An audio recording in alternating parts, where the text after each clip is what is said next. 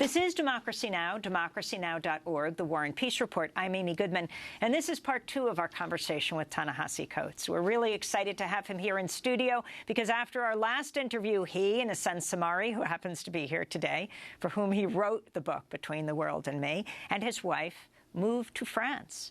And I want to talk about that as well. Though it doesn't seem like Ta-Nehisi has moved to France because he's been speaking all over this country. Again, his book just nominated for the National Book Critics Circle Award, Between the World and Me. So how does it feel to have moved to France? Do you feel like you have? Yeah, I do. I do. You know, to be honest, I have to tell you the biggest influence that it's had on me, I mean, just in terms of what we talked about in terms of Senator Sanders, to be in a country which has much greater social protections than we have here, a much stronger safety net than we have here, and to meet with black people over there, to meet with, you know, Maghreb people over there, and to see that even with all of those, you know, that expansive, you know, safety net that they had is so much stronger than ours, it hasn't cured racism. You know, not only has it not cured racism, in many ways, you know, folks are struggling with the vocabulary of how to talk about it. You know, maybe curing racism is too high of a bar, but to see that it actually remains an issue, that the idea of identity across Western Europe, in fact, not just in France, across Western Europe, in Germany, because, you know, when you see these, you know, sort of issues with the, you know, quote unquote, you know, refugee crisis and everything, it's actually the same thing. It's very, very much the same thing. A continent that is, you know, becoming browner and struggling with the idea of who's going to actually be protected, you know, by these safety nets. I'm really early in the process of learning about this. But it's very, very clear that the United States is not necessarily different, you know, in terms of the issues it's dealing with. You know, we were just in Paris for the UN Climate Summit, and it was right after the attacks of November 13th. Yes. The state of emergency that was imposed, no protests and everything. And then immediately the authorities started raiding homes, businesses, mosques, thousands of them, the treatment of the Arab community in France. It is bracing. You know, it's tremendously bracing. The Minister of Justice over there, Christine Taubira, just resigned because they, you know, are passing a law to strip you of your citizenship, you know, should you be convicted of a terrorist act. It is, you know, one of the cases I tried to make in the book was this notion that, you know, the idea that racism necessarily follows from race is in fact backwards. People decide to do something, there's a relationship that exists, and then people are cast in a certain way. And I have to tell you, you know, again, just being at the beginnings of seeing this, just being at the start of experiencing it, I really feel like, you know, I can see it there, you know. France has a particular relationship, you know, with its colonies. It has its past colonies. It has a particular relationship with Algeria. It has a particular, you know, relationship with West Africa, and that casts so much about how folks see each other. You know, so when I'm somewhere and I speak in my horrible French accent, you know, which automatically signals I'm an American, you know, the reaction is very, very different. You know, the way I'm treated is very, very different. What I'm saying is it's a result of a system that's already in place, beliefs that are there. It's not just a matter of looking at somebody and deciding you don't like them. The recommendation on your book is by Toni Morrison. If you're going to read one book, read this. And she talks about the hole that was left when James Baldwin died, and she feels that has now been filled by you, Ta-Nehisi. And, of course, James Baldwin also went to France. What is it about France? You know, I have no idea.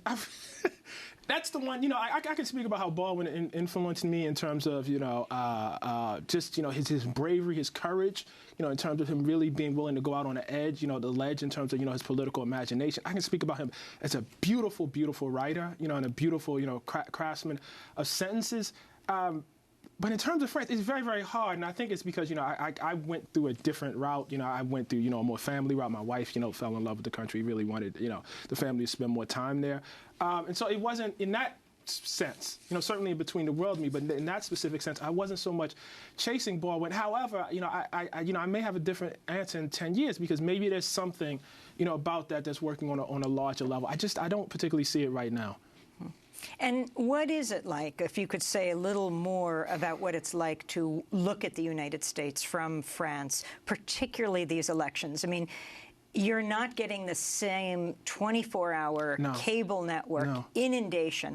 One of the classic images just in the last 24 hours, you had Chris Christie at a town hall in New Hampshire, and they actually play a clip of this. It's not usually substance, it's all polls. And a woman says, I don't know who I'm going to vote for. I'd like to vote for you, but I need to know what you're going to do about Social Security. And he gets down on his knee to beg her to vote.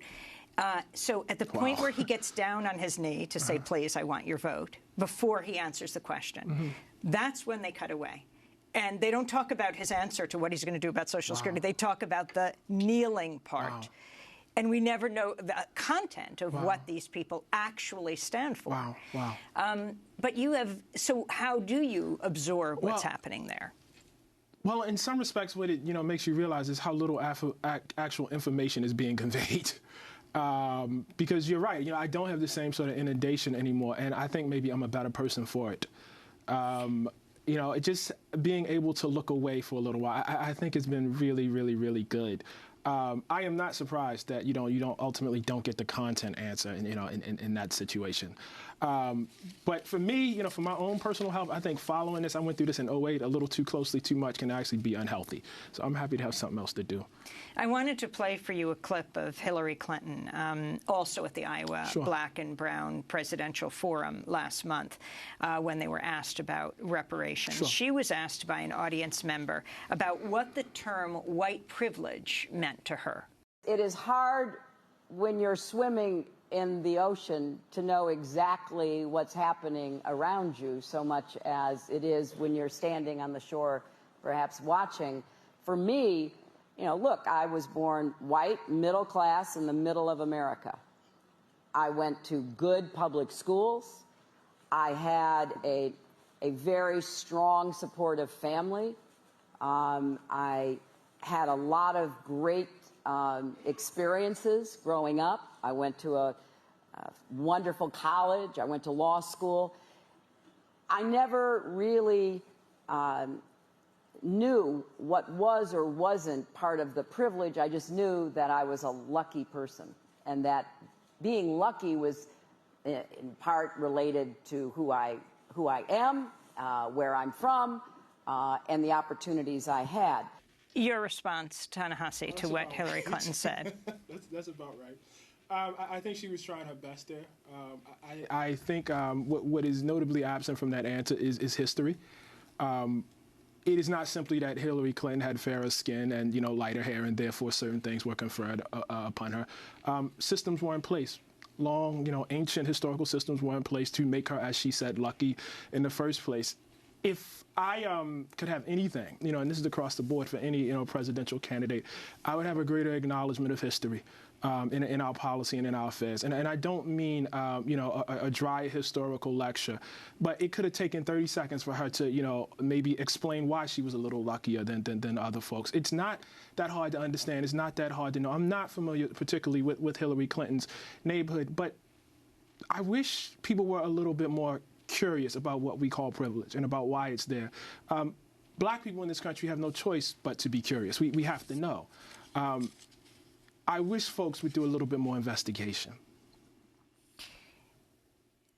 Ta-Nehisi Coates, the issue overall in this country around the discussion of race, how do you feel the Black Lives Matter movement has changed things? Very interestingly, we had a debate yesterday between Madeleine Kunin, the former Vermont governor, who's for Hillary Clinton, Ben Jealous, the former head of the NAACP, who's now come out for Bernie Sanders, as well Darnell Moore, who is with Black Lives Matter in New York, and they have decided as a network not to endorse a candidate. But they've certainly played a role as they've interrupted forum, demanded answers from presidential candidates. They're really helping to shape this debate. Well, they are. They are. I mean, if you want tangible, evidence of that, New York City, where we live, for whatever you think of this, has, decided to change certain policies in terms of how it records, officer encounters and violence that, officers inflict on people. That's a real thing that's actually happened. This debate about body cameras, would not, be up there. There's this push to have greater funding. That's a direct result of the kind of attention that Black Lives Matter has brought to the issue. So they've had a literal, tangible policy, impact across the board. And, I have to say, even my position, on Senator Sanders in terms of reparations, they saw some things before I saw them. I think I didn't write this, and I wouldn't have written this, but like a lot of other people, when I, saw, the interrupting of his platform, I didn't quite get it. I didn't quite understand it. And it was only in the course of, working on the stuff that I've worked on in the past, few weeks related to Senator Sanders that I came to understand in greater detail their frustrations. Were you surprised by the pushback that you got after writing this piece? Yeah, a little bit I was, but it's been a great opportunity, I have been extremely, extremely fortunate in the sense that I feel like, I've been saying the same sort of caliber of things for the past, 10, 15 years now. But I have been lucky enough to get a platform at The Atlantic that makes people pay attention to things that were I writing in other, well-respected platforms that, maybe a little to the left, the same amount of attention would not be granted. And so, yeah, I was a little surprised, but, I plan to take, as much advantage of it as I can to push this conversation about racism and white supremacy as close as I can to the forefront. That's why I'm here.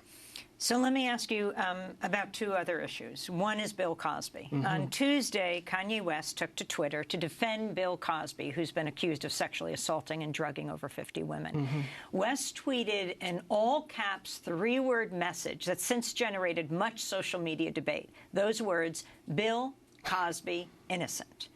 So, Ta-Nehisi Coates, you wrote an article called Bill Cosby and His Enablers. Right. Even victims of discrimination can look away from and thereby enable other forms of violence. Lay out your article for us. Well, I mean, we've seen, numerous, celebrities, African-American celebrities, and to some extent, a relatively large amount of people within the African-American community who automatically, disbelieve this. And, what folks will tell you is there is a long history of, American forces conspiring against African Americans, and that's certainly true. You can look at the history of Paul Robeson, Martin Luther King, Malcolm X, whoever.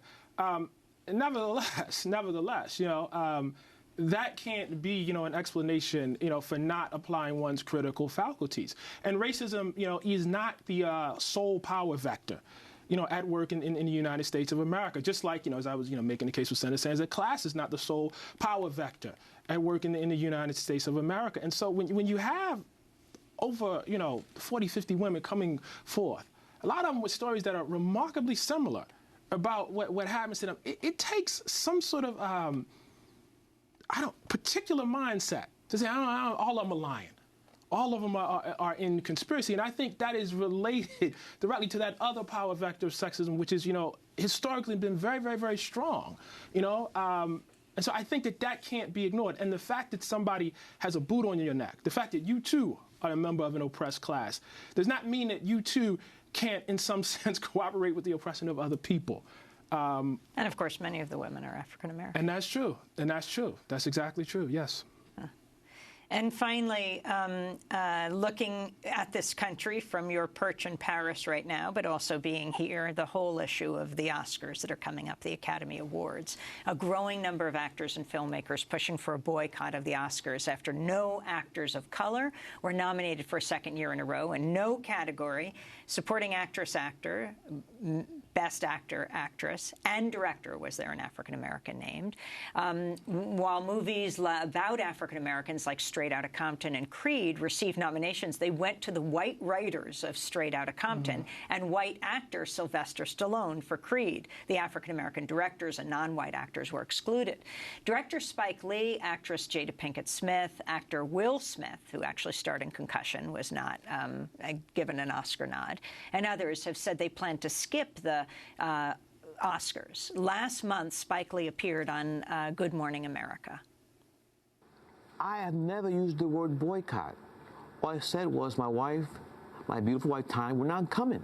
That's it. Then I gave the reasons. So I've never used the word boycott. I never have said to anybody, it's like, do you?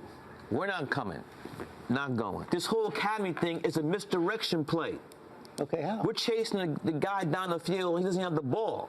The other guy is high step in the end zone. So it goes further than the Academy Awards. It has to go back to the gatekeepers. Studios. Yes, the people who had the green light vote. Have you seen Hamilton yet? I have seen Hamilton. You know the song, You Gotta Be in the Room? Yeah. We're not in the room. We are not in the room. The executive, when they had these green light meetings quarterly, where they look at the scripts, they look who's in it, and decide what we're making, what we're not making. How about your own experience? You make your movies. Do you feel like you've been snubbed, like you haven't had a fair hearing? What won Best Film 1989? I don't know, actually. Driving Miss Effing Daisy.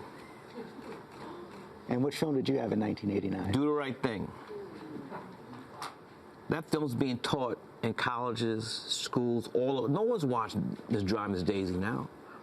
So it also shows you that the work is what's important, because that's the stuff that's going to stand for years, not an award, not whether it be a Grammy, a Tony, or whatnot. So even if you don't get the Oscar, there is some success, but there's still a huge problem in the whole studio system. From top to bottom. That was Spike Lee being interviewed by George Stephanopoulos on ABC. We were at Sundance. We interviewed Dawn Porter, the documentarian, Stanley Nelson. They're both supporting a boycott. Spike Lee's just not going. Your response to all of this? Actually, there's a lot of wisdom in all of that. You know, this is personal. This is not, you know, a grand political statement. I appreciate the not using the terminology boycott and going for the, listen, do you, I'm staying home. Just out of, you know, personal pride, I'm just going to stay home. I just don't have to stand for that. And I think he's, you know, exactly right, because what he was pointing to when he was talking about, you know, being in the room was systemic issues. In other words, by the time you get to, and you know, you begin to see formulas across, you know, the whole, you know, the entire system in terms of racism. And one of the things is people shout and everybody gets upset by the time you get to the end result, which in this case is the Oscars. But what Spike is saying, it's like 5 other things that happened before that, you know, that we need to actually be looking at before we actually get to, you know, what the Oscars are. And you find, you know, again, you know, quite the same thing to be true across the board whenever we have these racist incidents. Whenever, you know, you end up with a cop shooting somebody or killing somebody, say in Baltimore, in a Ferguson or Chicago, everybody jumps up and down at that moment. But see, there were 5 things that happened before that made that likely in the first place. And so I think he's right on with that. Last question. It's about Between the World and Me. It was published when? Seems like ages ago. July 2015. And so we're talking, it was right around the time of Freddie Gray. And of course, and you I grew want up to say in it was Baltimore. about 3 weeks after Charleston or so. Yeah, right in the midst of it. And so your thoughts now on the significance of your book and what you're doing with the book now? It's tough because when I was working on the book, I was very, very much focused on the work, and it was hard to think about impact or anything like that. I was just trying to make it work. I really, really, really wanted to write a great book. I wanted to feel like I had, and by that I mean me. Like I wanted to feel like that. Whatever, you know, anybody else said after that. The first time I held Between the World and Me in my hands in the hardcover version, I felt like, you know, I and my editor Chris Jackson, I felt like we had won. Everything that has come after that, I'm very grateful for. I'm very happy for. You know, but that book, holding it in my hand, was the end of a 15-year journey that began with the killing of my friend Prince Jones. That was the moment for me. I'm obviously extremely, extremely pleased about everything after that. But my moment of accomplishment was when I actually had the book. Between the World and Me is the name of his latest book. He's a national correspondent for The Atlantic. His book is now a finalist for the National Book Critics Circle Award. He also wrote the memoir, The Beautiful Struggle, and he's recipient of the 2014 George Polk Award for his Atlantic cover story, The Case for Reparations. I'm Amy Goodman. Thanks so much for joining us. Ta-Nehisi Coates was our guest.